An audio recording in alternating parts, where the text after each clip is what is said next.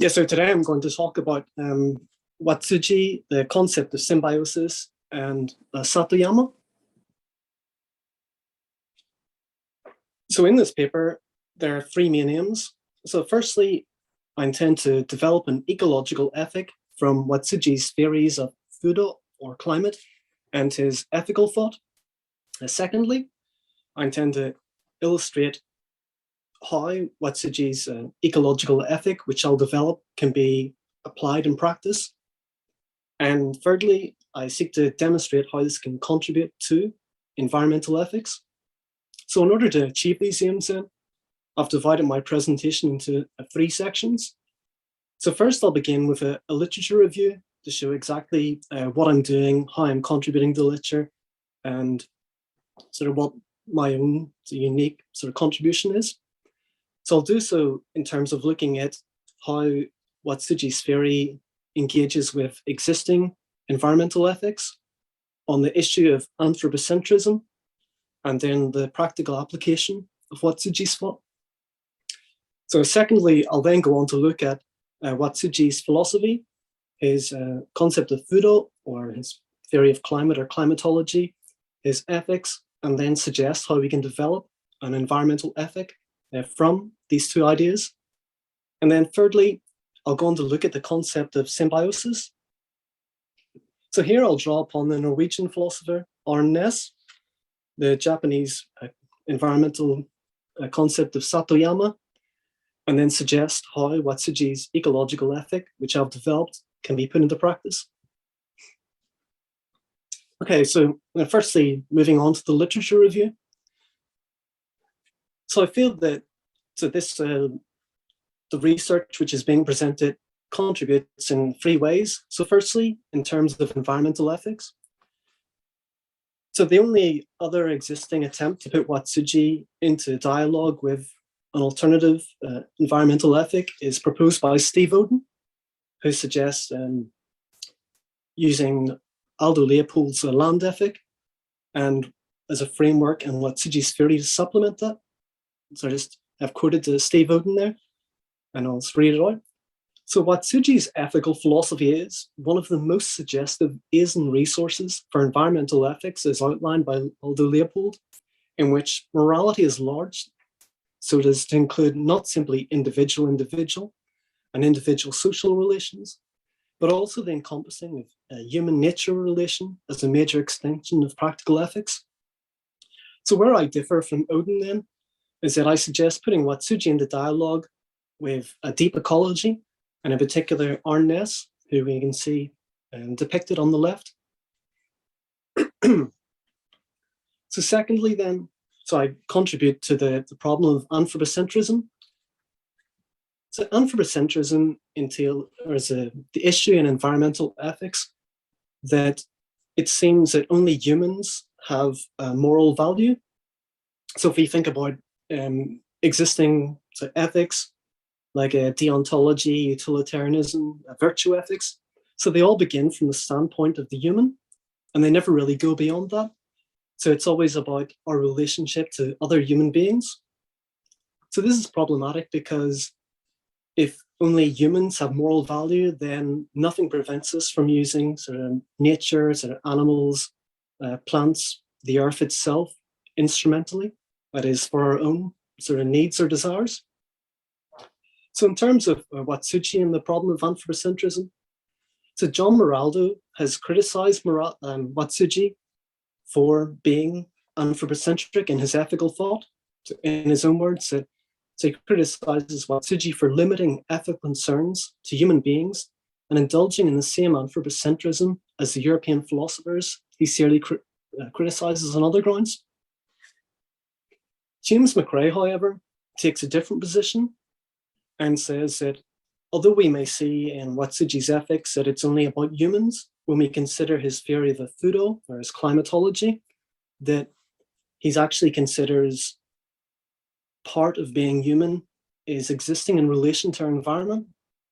So in McRae's own words then, so this interpretation of Watsuji's philosophy of the person fails to take into account the emphasis that he places on the effects of nature upon the person in his book, Fudo. And then Initsuka Yu also takes the same line as McCrae, but seeks to go a little further. So for Initsuka, then so this understanding that Watsuji's theory isn't anthropocentric, but to be human is to exist in relation to nature. So she suggests that this understanding provides a base for a new anthropocentric environmental ethics, which considers the environment a part of human existence and integrates it into human ethics. And whilst I agree with McCrae and Initsuka on the grounds that in Watsuji's theory of Fudo, it helps us move away from anthropocentrism, so I disagree with Initsuka, who seeks to develop a new anthropocentric environmental ethic, whereas I seek to develop Watsuji's thought in a way which overcomes the problem of anthropocentrism rather than endorse it.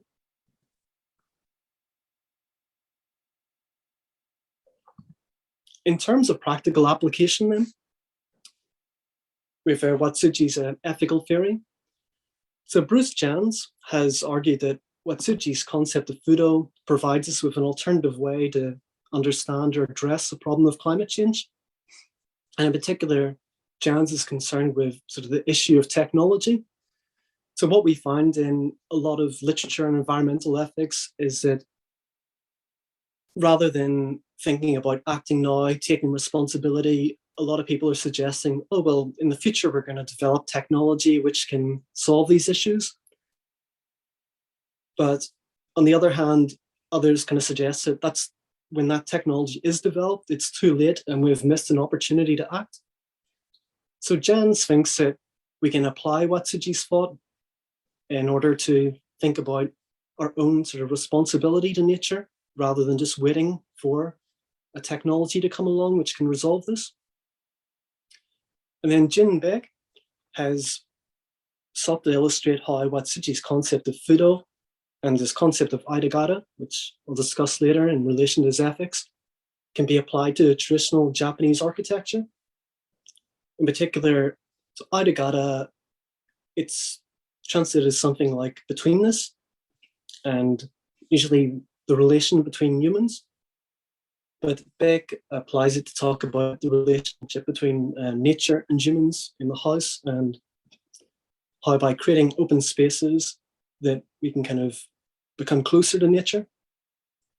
So in his words then, Watsuji's theory leads us to reformulate and reconceptualize the relation between one room and another, and the role of the corridors in maximizing the benefits of such a passive, sustainable method as cross-ventilation.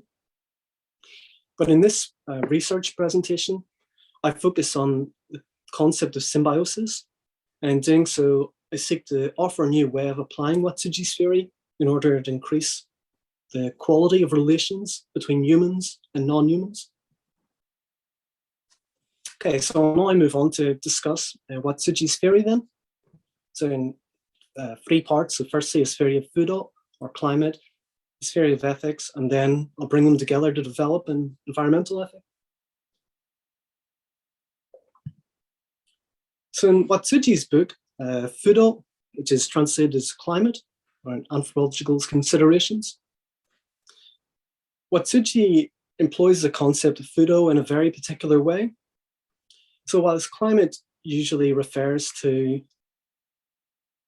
a particular geographical location, Watsuji employs it in a broader sense to mean sort of the natural environment of a given land, its climate, weather, topographic and scenic features. But in doing so, he illustrates that the environment and humans are not separate. We not exist in a subject-object relationship, but rather we exist together. So he first illustrates his concept of Fudo with the phenomenon of weather, and in particular the cold. So he suggests that whenever you go outside and you feel the cold, it's not that you experience an objective cold, but rather we feel the cold as part of us. So it is us who are cold.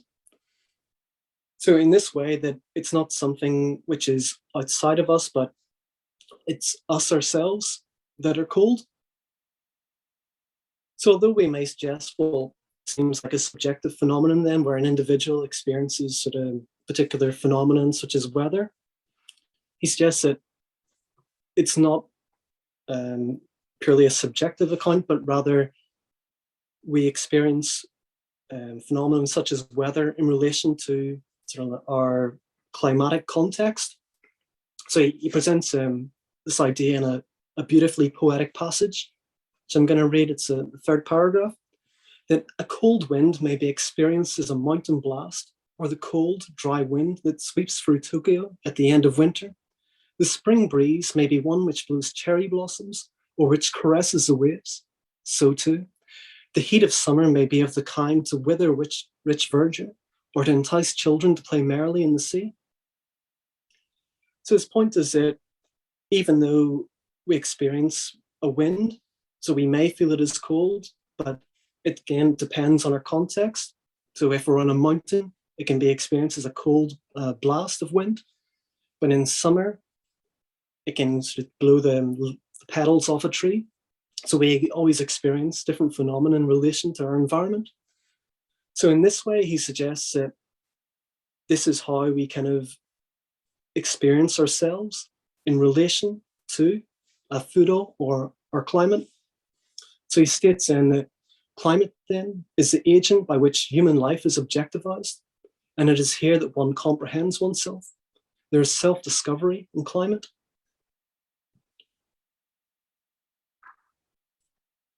So in Watsuji's ethical thought then, in particular his book, Rinnigaku, or Ethics, Watsuji seeks to move away from subject-centered ethical theories.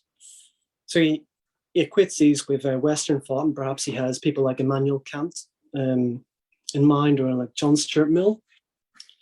But for Watsuji, rather, so the locus of ethical problems does not lie in the consciousness of the isolated individual, but is precisely in the in-betweenness of person and person.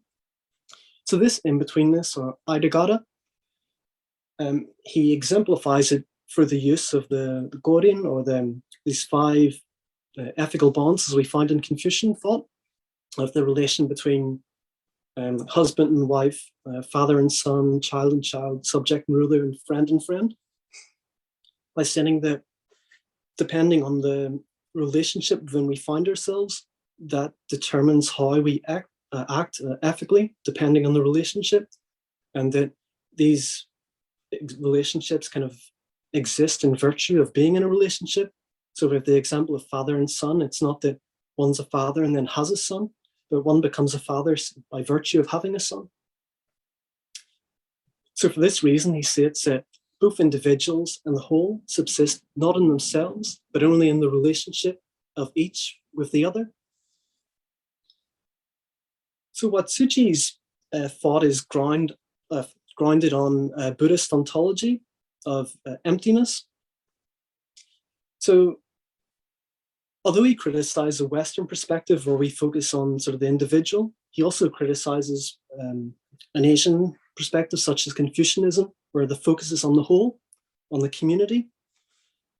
So he says that rather than, so the human nature has a dual aspect, it's both individual and communal, but rather than, if you affirm one, such as the individual perspective, then you lose sense of the community, which is part of who we are. But again, if you focus on the sense of the community, you lose your sense of individuality. So Watsuji's move is then to, rather than affirm one or the other, to negate both. So when you negate both your individuality and your sense of community, he says what we're left with, or what we arrive at, is this home ground of existence, which is translated as authenticity, but it's the Japanese term honraise. So he says that one can only be whole within a honraise, so that is within absolute wholeness for this double negation. And this wholeness reveals its basic unity in the movement that realizes the identity inherent in the non-duality between the self and the other. So it's only by sort of accepting this non-duality of negating both self and community that we realize that we're kind of both of these aspects. So for Watsuji then, in his ethical thought, he suggests that an established betweenness, or aidagata, this relation between two, is in its extreme the absolute wholeness that consists of the non-duality of the self and the other. In other words, it is honraise, or authenticity, is the ground out of which we, fundamentally speaking, come forth.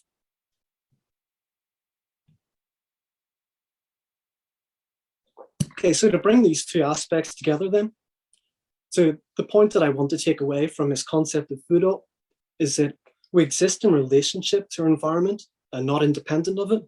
So we don't exist in a subject-object relationship, but we're objectivized by sort of the climate within which we find ourselves.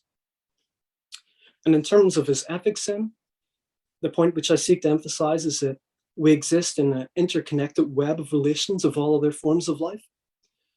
So it's kind of reading into Watsuji's ethics here that, so because of the Buddhist underpinning of the theory of emptiness, that whenever we reach this home ground of existence, that through this double negation of individuality and community, we exist that we're not simply an individual, we're not a community, but we exist in relation to others. So whilst in his ethical thought, Watsuji only emphasized that we exist in relation to other humans.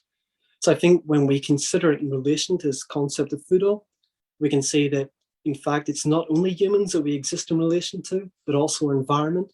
So we exist in relation to non-human beings, such as plants, animals, and the earth itself.